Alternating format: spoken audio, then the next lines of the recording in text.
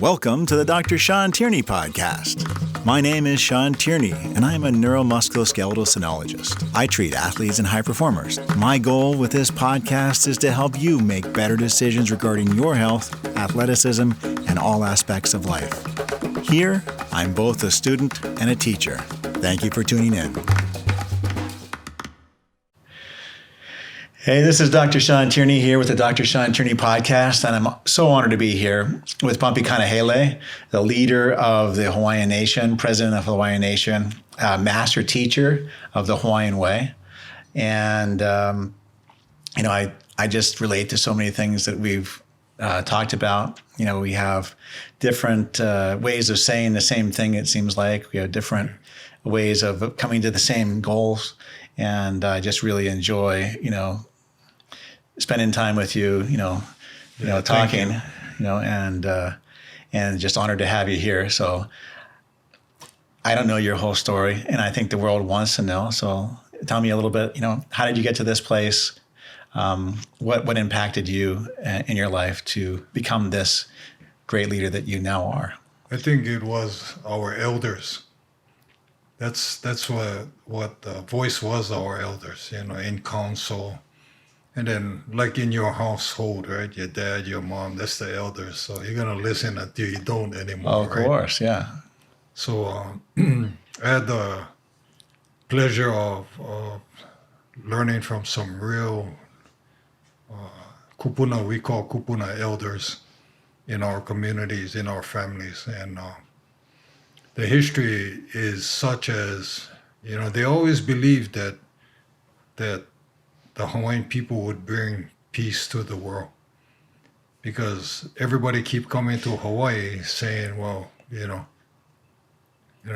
world is looking for the key, and it turns out that our kupuna was right on track with that. She said they're going to come here to look for the key to world peace, and that key is aloha.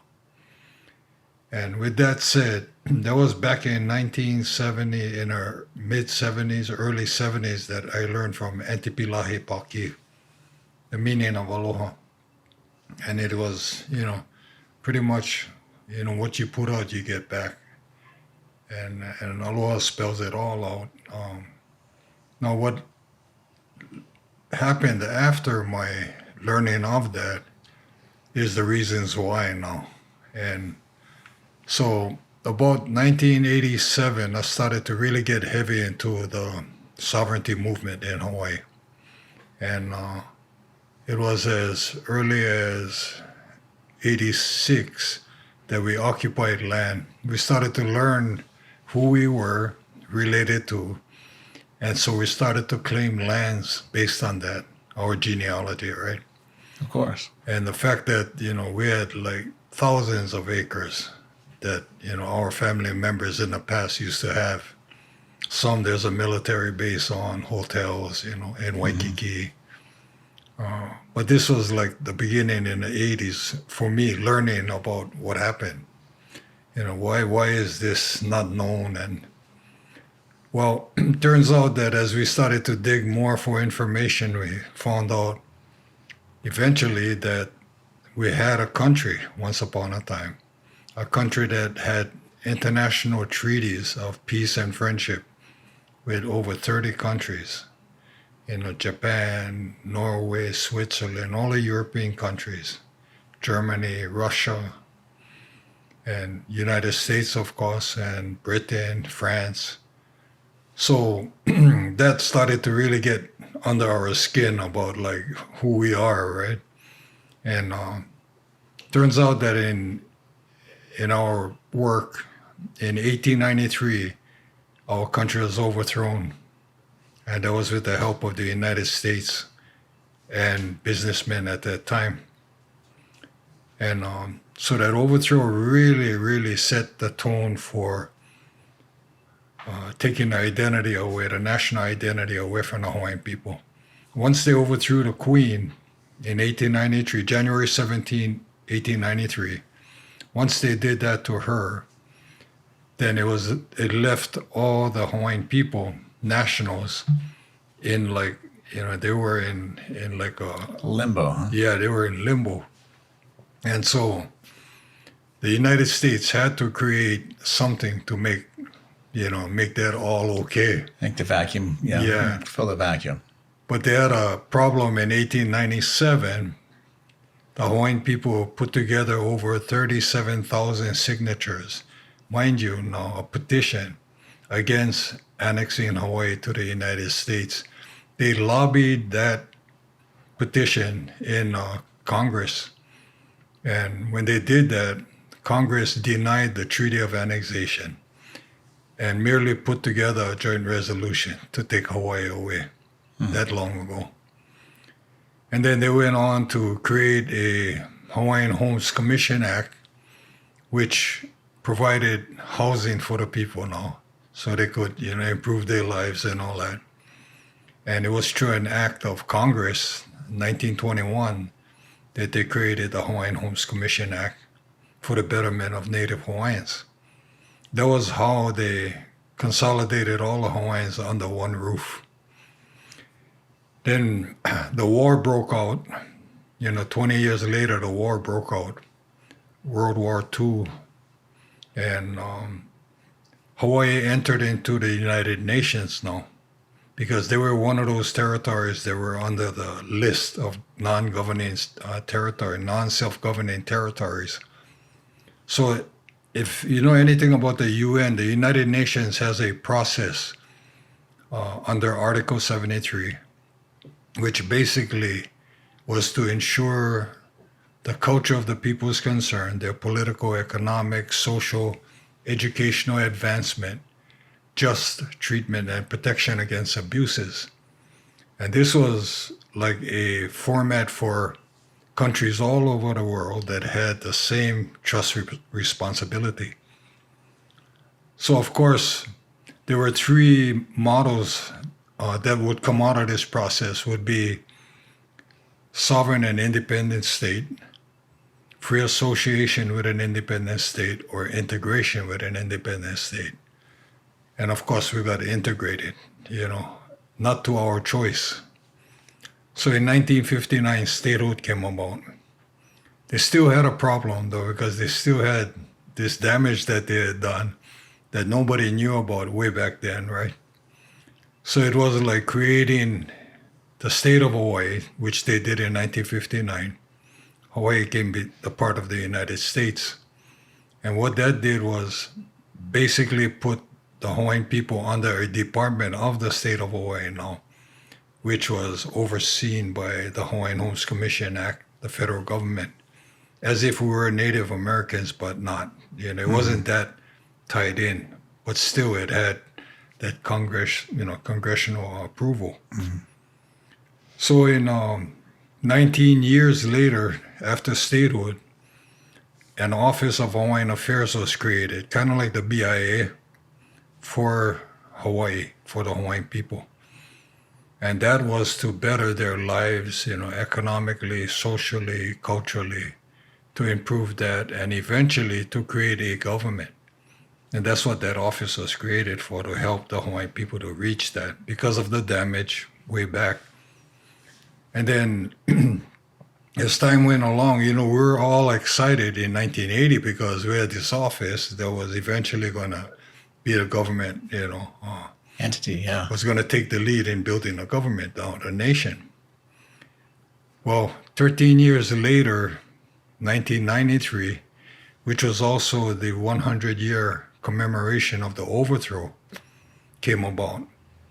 And that year in 1993, the United States was ready to pass a law in Congress to apologize for all the atrocities, all the things that they had done to the Hawaiian people.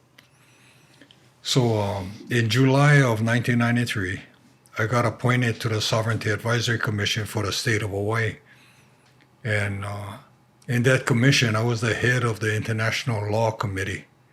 It was called Visioning Beyond Legislative Mandate. And so we were tracking this congressional record, this congressional legislation that was going through. Finally, in November 23rd, 1993, the United States signed it into effect. Congress signed it, the Senate signed it, and the President of the United States was Bill Clinton that time. And when he did that, as the International Law Committee head, I brought in some international lawyers to give us an opinion. And so in December, the international law professor from University of Illinois, he came in, Francis Anthony Boyle. And why we looked at him is because he helped Palestine create the Declaration of Independence with Yasser Arafat. So in 1993, all these things are like real important to know, understand. Well, the attorney comes in December, and there's a full auditorium of government people there. And he says, when I first looked at this is I can say that this is the first time that the United States has finally conceded to the illegal overthrow of 1893. He said, now that the people have finally gotten this, on record, the Native Hawaiian people can now proclaim the restoration of their independence. And that went off in my head, right? I was like, holy smokes, that's almost impossible, right? So as the leader of the nation, at that time it was called the Ohana Council before we actually established a nation. As the leader of the Ohana Council, my elders wanted to get together with him and said, what do we have to do? Now what is the next step? And he said, proclaim the restoration of independence for your people. And no matter what anybody does, just proclaim the restoration. So, and my elders, we had over 300 elders, kupuna, that was part of the Ohana Council. And they wanted to do this. So he helped us draft a proclamation of restoration of Hawaii's independence. January 16, 1994, I read that on the Iolani Palace steps. And that pretty much set the tone for what the Nation of Hawaii and myself was going to do. Said, now you got to go into a constitutional convention with your people and come up with an organic document, which is your constitution, and just set that in place. It can't be taken away. And so that's what we did. In 94, we went through a constitutional convention. 1995, we finally promulgated the Constitution. That kind of threw a damper into all the things that had happened. Because what he was saying is, basically, the United States have finally confessed to all atrocities. Even he said that he could prove that genocide was committed against the Native Hawaiian people. That's obvious. And we were like, holy smoke, this is like heavy stuff. They tried to kill the majority of the Hawaiians, or they just tried to kill the culture? What is that? Oh, they were trying to make the identity, the national identity of the Hawaiian people go away. That's how you exterminate culture. Culture, right. You're doing cultural extermination. Yeah. I understand. You take away the identity. I gotcha. Yeah. Oh, yeah. And so we didn't want that to happen. That's why we exist today, 31 years later, right? Right. And so when that happened, when this professor gave us all his support and help, he actually helped. He sent one of his students, one of the guys that was his students, to Hawaii to help us, so we could articulate everything. And from that time till today, we've been at the state with this documentation and just continuously educating people about what happened. And not so much that, because it led to us having to even go further to find out, well, how are you going to survive, right? What's your economic plan? How are you going to take care of your health, housing, education? State's going away. So there was a period of time between 1998 that the state wanted to do its own process. So they gathered up people, and so I joined in because I wanted our stuff to be on the table, right? And they couldn't complete it. They spent millions of dollars on trying to put together a constitutional convention, state government, and it failed. Right? It just went out the window. People walked off, and then they tried again in 2014, which I participated in as well. And I wanted to bring the ones that didn't learn or didn't understand what was going on, had no idea, right? I wanted to capture that group because that was the ones that were coming in with the state government. And so today, Hawaii is such disarray with those things that is economically is pretty much bad. You know, the economics is bad there. So what I did was actually about 14, 15 years ago, we started to come back in and push and try to work with the government, that to no avail. Try to work with the agencies that were supposed to help us, you know. We have, you know, hospitals that's supposed to be trusts for the Hawaiian people. We have an old folks home that called Lunalilo Home that's supposed to be for the elderly. We have 2 hospitals that's supposed to be free gratis for Native Hawaiians. We have the Hawaiian Homes Commission Act, housing for the Native Hawaiians. So we had all these components of a country in trust now, right, in the system. And so that's how they broke up things, you know. So what I was doing was trying to open up doors with them. And they were too afraid. You know, it's too early in the game, and they weren't about to do anything illegal that they thought might be illegal and to disturb, you know, what they had. And now along the way, as you know, in the last 2.5 years, I had 2 strokes. And I'm here because of this man right here that has given his service to help me learn more about, you know, how things could change with this therapy that he has right now. And I keep forgetting stellate ganglion. Yeah, stellate ganglion block. Yeah, ganglion block. And it's, you know, I had, I think, 2 treatments, and it's unbelievable. I wanted to bring this in, you know, you don't mind. Because already I feel strong. My voice is stronger, and I'm talking better. I know that, you know. I could. The tone of your voice is more clear. It's different. Yeah. And that's from everything you did, you know. So I know it's a long story, shortened up by so many events that took place in my life. But it's been, this tops it off, by the way, because I'm going home like feeling brand new and carry on the work. You know? Yeah, it's my great honor to help. It's always great to help great people. So. And, you know, again, got so many and it's details. My wife's as well, you know, Dr. Goins, you know, as well. Yeah. Your wife, Sandra. Yeah. Thank you for inviting me in your house, your household, and having me here. I really appreciate that. And people know already because I called home, you know, my wife, my sons, nephews, everybody's all happy. And they heard my voice, so they were telling me, you sound different. That's good. I said, yeah, my heart is learning the correct way now.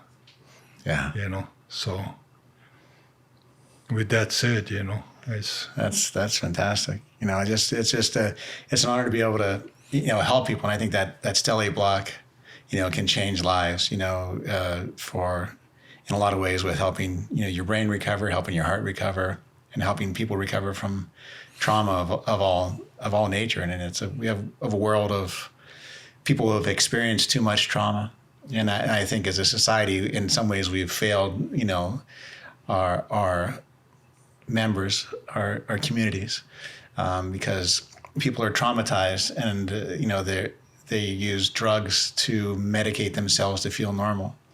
And there's this sense of I feel high, I feel drunk, I feel good, and then they, you know, what they really feel is a little bit more normal, right? They think that high is a good, but that's how you're supposed to feel. If you get a stellate block, hopefully it helps you feel normal, except for now you're functioning better. Your mind is more clear, and you're not breaking the law, and you're not damaging your body in any way. So I hope in the future that our society will if you have a trauma, if you have a divorce, if you have an assault, if you have a bad experience, if you've been taking care of a loved one who's sick, if you've had, a battlefield experience, that this is automatically the thing that happens. And we can avoid all these people that their lives are turned upside down because of addictions. And they're just trying to feel normal. Right. Right. And they're not criminals. They're not evil. And the idea is, in some respects, that there's something wrong with them mentally. And really what I see is it's just that their brain is overactivated. It's almost an anatomical part of the brain that's too busy. So you can't logic or reason or think an anatomical problem away. You can just fix the metabolism in that area by slowing everything down with a stellate block so that anatomical problem can go away. So, when we just, recognize that this happens to people, this is what happens to humans. And, there's a way to help you get through that. And then maybe this isn't the only way, but it's one of the more powerful ways. And it's one of the few ways that has that, dramatic change, quickly, not for everybody, but for a lot of people.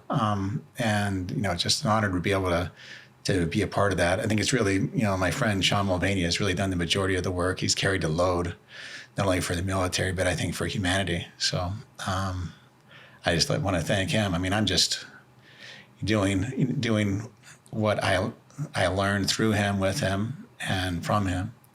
So far as a stellate block, we've taught, musculoskeletal ultrasound and ultrasound guided procedures together for, more than a decade. And we were, my wife and I and Dr. Jerry Maloney were probably the early adapters, because there's this great military leader who's saying, hey, this is what works. And everybody else, is not willing to follow. And I'm like, well, I teach you, I teach with you, I trust you, I know who you are. We need to start doing this. And it sure has helped, people. And then there's nothing really better, like we were talking about earlier, than helping people. What we deliver to our communities is where our value comes from. And the idea that there is some separateness, or that there's one group versus another group, is just, it's not reality. We're all humans, we're all in this together, we're all connected. And the more we recognize that connection, then the more we can move forward, right. As communities, as a world community.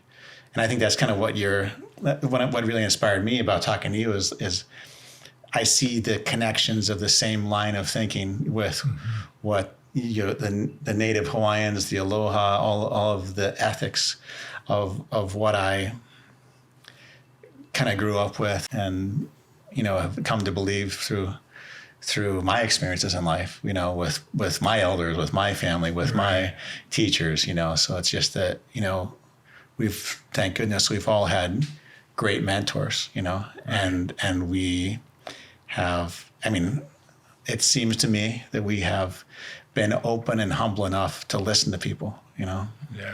We were talking earlier about, well, I guess one of the things that I'm always talking about is how hard it is to see reality.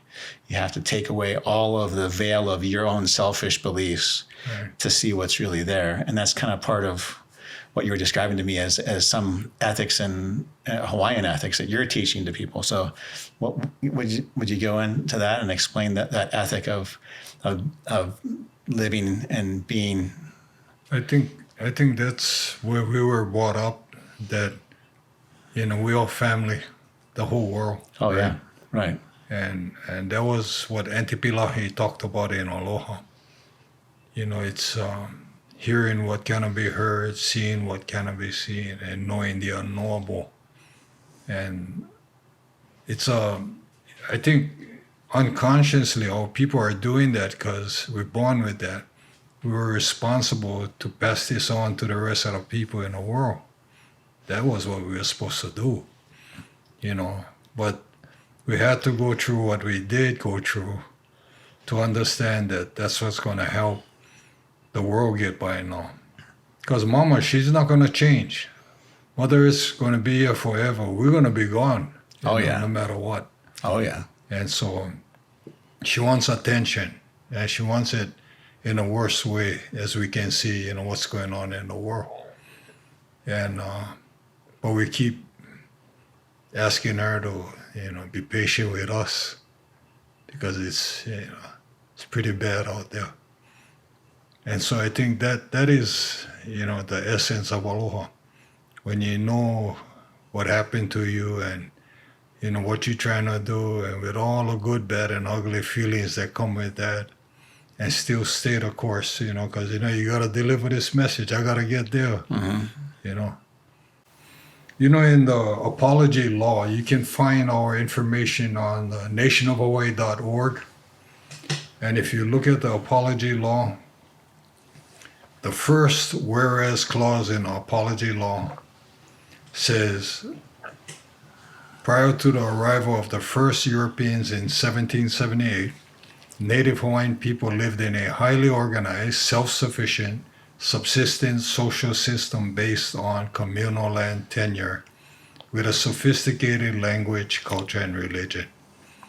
To me, that doesn't only describe Hawaiians, it describes everybody in the world that had the closeness with Mother Earth at once upon a time.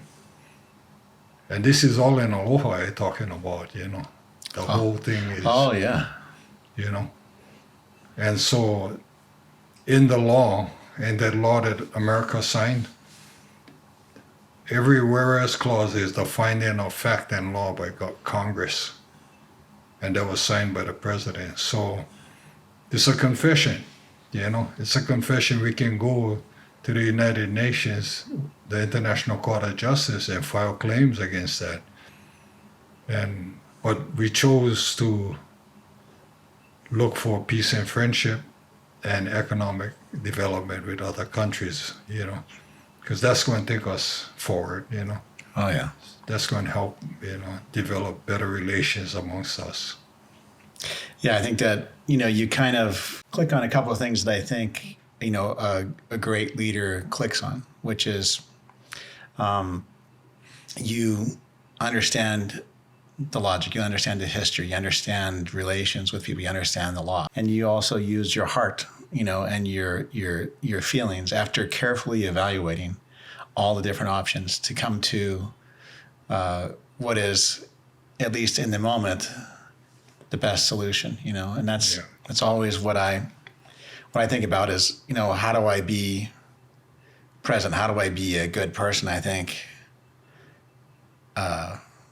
for me, it's, am I in the right place? Am I at the right time, doing the right thing in the right way for everybody involved? Right. For everybody involved, not just for me.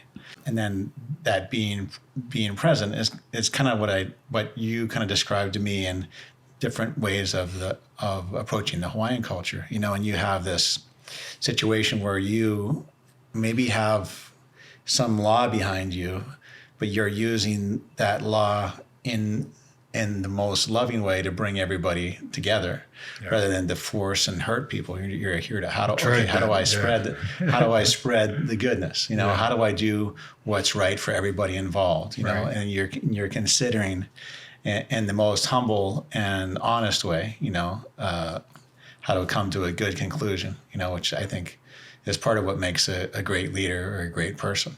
So thank you for that. Oh, yeah, I appreciate that. And I think we all try to do the same thing, but if we remind each other, because I think we have a world where people get distracted by what they think they know or what they think their group knows, and you have a leader of a group who's like, in a very humble, very loving way, just present, like, okay, this is what I have and this is what I have to offer, Have to grow into that, though. It takes a lot of beating before you get to the point where... Yeah, well, I think that's like, at least what I think is the more you're willing to surrender to the fact that you don't know, the easier life is. The more you try to hold on to one idea, the more stuck you get. I got to do this, I got to do that. It's not reality. Reality is that you don't know what to do, but you're good at figuring things out. I think I've come to when I come to a patient that has a problem and I don't know what it is, I always tell myself, I don't know what the problem is. And everything that I think I might know about this problem, everything I think I might know in entirety may be completely wrong. And that's 100% okay, because I know how to figure it out. Yeah. I know how to go through the steps to find the best solution. So, and then when we're willing to let go of all preconceptions, then I think that's a part of some of the culture there. We were talking earlier. I just want to get your clear definition of these Hawaiian ethics, like aloha and other terminologies that seem to ring with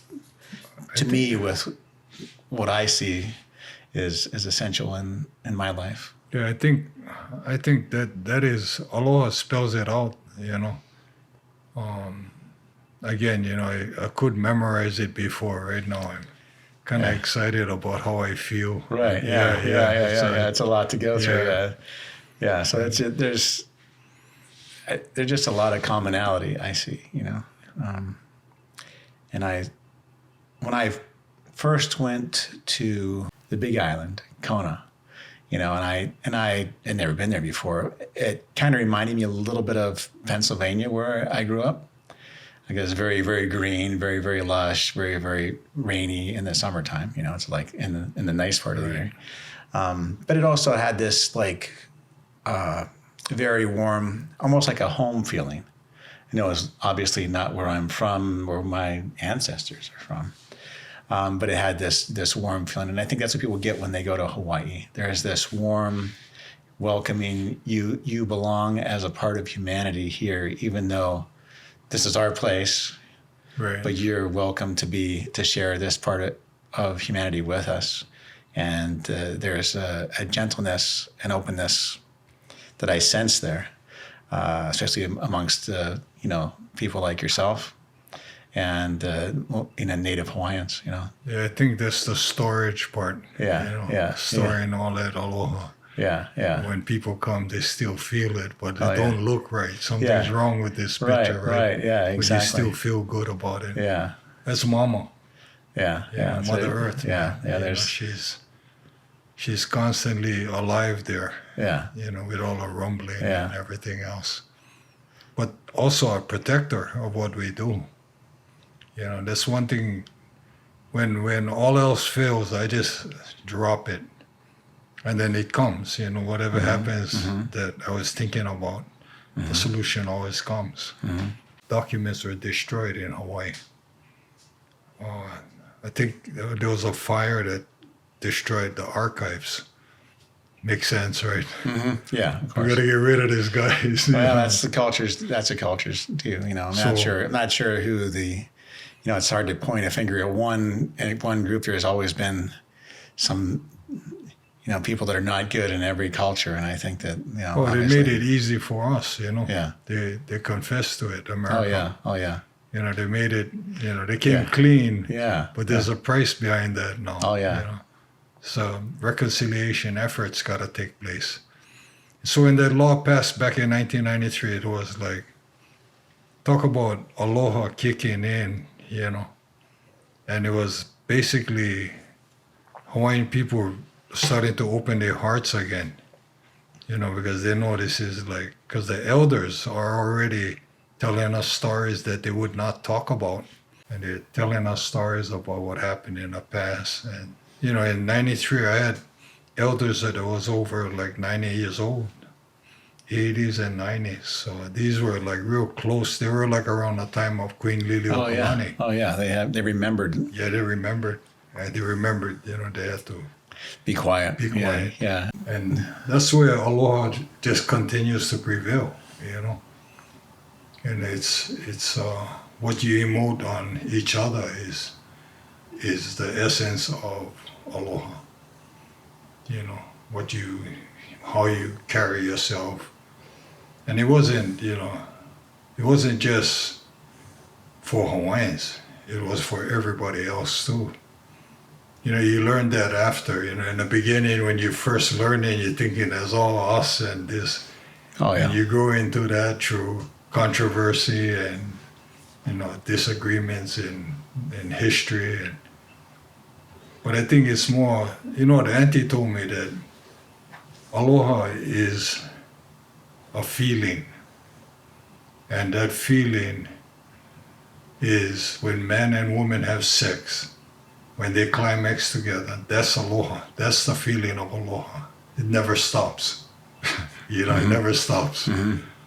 And she told me that. I was like, we're talking about something else, but I could just she sent chills down my back. I went like, wow, that is deep, So, but yeah, it was, it's a calling. It's beautiful. Beautiful. It's it seems like the goodness and humanity shines through Native Hawaiians, amongst many other people as well. Many other people, But I think that's part of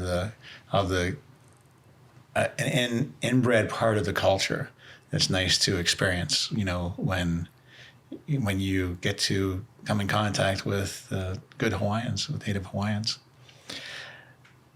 Yeah, I think that's what's going to pull it together, though. They said it. And I think that there's something in, every society, every country has different levels of integrity. And I think that integrity is kind of what we're talking about. Being virtuous is kind of like it'd be almost, like having aloha, doing the right thing, seeing the right thing. And I think in my world or understanding of the United States, there was a lot of really good things that happened and the people that founded it, and there's a lot of bad things that happened in between, like any big country. But I think that one of the unique things that I stood out to me, being close to military, being born in a military base, having, military mother and military. My father died when I was, too young to know, but I had a good father raise me, really good father raised me as well. But I think that there is a level of service in the service people of our country, and I think that there is an attitude of being strong enough to be gentle. Like when the American military goes somewhere, they're strong, but they're gentle. Now the policies and the politicians, well, that's another story. Right. But these people are basically into service. It's almost like there's bad people in every group. So there's a lot of people in the military, they're not great, right? But the basis of the military is, how can I be of service? Right. And I think, I don't know to what extent, but a lot of the military was really pushed, and experienced Hawaii. And I wonder how much of that attitude of service, was shared and rubbed off. Did the military pick up the Hawaiian way? Did the Hawaiians pick up good from the military? Because I think that's a big part of Hawaii. I mean, what do we have? We have military and which are usually, on average, pretty outstanding group. And then you have Hawaiians, which are on average pretty outstanding group, and they kind of, somehow there's been a meld that's happened there. I have to think that it was probably good for both. I don't. My brother was in Vietnam. Yeah. My brother was in World War II, and my grandfather, World War II, and so we looked up to that, at the time when they were serving, and then. Then when I did the movement, there was this animosity against the military because of the politicians, right? It's separate, though. Yeah, it's separate, but we're like unaware of that, right? Yeah. You work for them, you're the muscle for them, so therefore you're part of them. Because the military, their oath is to the Constitution. Right. The Constitution is a pretty good document. Their oath isn't to politicians. I hope that doesn't change. But that's a different kind of oath. My military friends are, will look at somebody and say, this person doesn't even know what it means to be of service. Service is very valuable, but you have to understand what that is.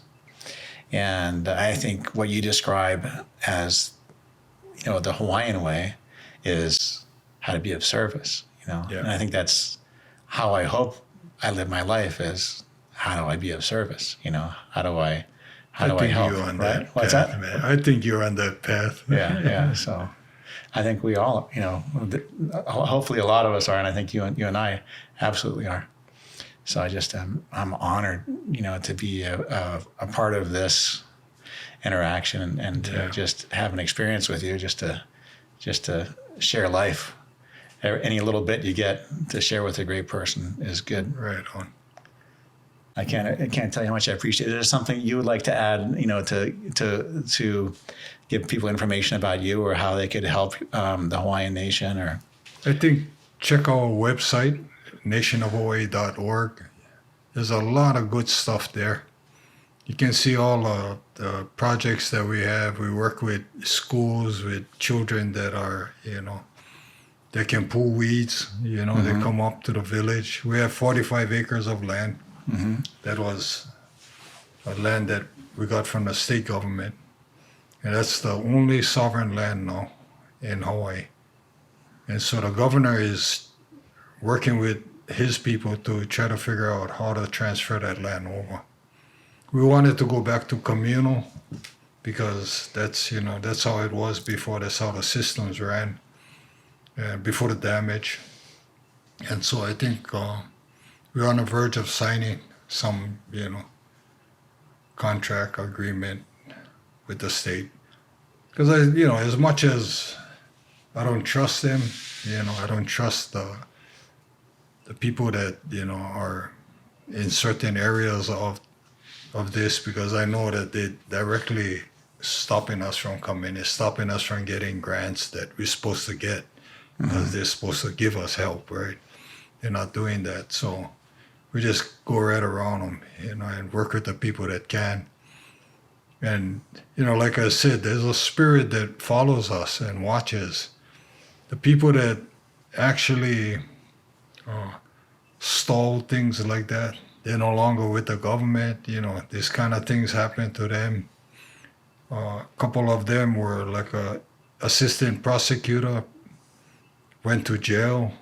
The chief of police went to jail, Hawaiian. Mm-hmm. And a lot of those things are, intertwined into what's going on. And, so I think we got to depend on what we cannot see, knowing the unknowable, Oh, yeah. They say the winds of history tend towards justice, tends toward goodness, Yeah.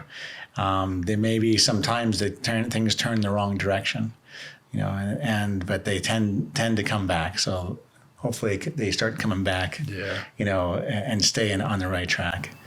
One of the other things that it kind of brings me up, because to another slightly different subject, is your what's happened to the Hawaiians is what happens to people individually in business, is that there's this basically bullying. I'm bigger than you. I'm stronger than you. I have more legal power. I have more money. I have more and more, and I'm going to use that against you. And I think that that's something that it's almost like I would say a Darwinistic role, like where the biggest, the strongest bullies their way ahead, versus an altruistic role. And I think, the Hawaiian people are strong, but there's a lot of altruism there. And I think a lot of what the United States has been strong with a lot of altruism. I'm not sure that that's always going to be the case. I see a lot of places where, people from the United States have been terrible bullies to you and other people, and many, many people over the course of history, to your people, to all different groups, and to each other. Really in business, I think that we have to just be careful to surround ourselves with people who are going to stand up to the bully. It's like the military, strong enough to be gentle, strong enough to be kind, but strong enough to stand up to the bully. And that's exactly what, you're telling me. It basically is like, hey, I'm a gentle person. I'm a kind person. But I recognize the bully and I'm willing to stand up. And not a lot of people are willing to do that. I spent some time in jail because of that. Standing up to the federal government. That's that kind of stuff. It happens. but you got to stand up for what you believe in, Right. or Yeah. quit. Yeah. Yeah. It's So one Hawaiian word really important for me was ahu nui. okay. Ahu nui is patience, to be expressed with perseverance. So every time I caught up with patience, I would just continue to persevere in other areas, to alleviate that impatient part of me that was like, and that would always work, We didn't get anything from the United States or from America or Europe. I went to Asia, and it prevailed, the relationship prevailed. So we got good things that we partner with good people. And we tell them about the relations we're opening up with Native Americans. We signed 3 treaties with the Yurok tribe, the Bear River tribe, and Timbisha Shoshone. Peace and friendship, economic development relations. And this is just the beginning. Oh, yeah. So many similarities, Yeah. So I think we hit it good. So, Bumpy, you've been on some movies. And what movies have you had an opportunity to be on? Well, the first one was Aloha with Emma Stone, Bradley Cooper, and they were really helpful in showing me how to act. Oh, that's good. Yeah. Yeah. Bradley was like, you gotta conserve your energy. Because I used to wonder why he was always in an area by himself and eating something, some. Oh, yeah. So I went over there and asked him, you don't talk about it. He said, no, I'm conserving my energy. After that first day of shoot, I realized what he was saying. Yeah. Because when I got through doing my part, I would walk away and talk to everybody else, but that's too much. It's too much, yeah. Yeah, you want to have one of the tips from him. So Aloha, then Hawaii 5-0. Well, thank you. I think we got a lot of information down, and hopefully we can help and inspire and continue to do that. Yeah. For the rest of our lives. Right on. My great honor. Doc. My great honor. Thank you. Thank you.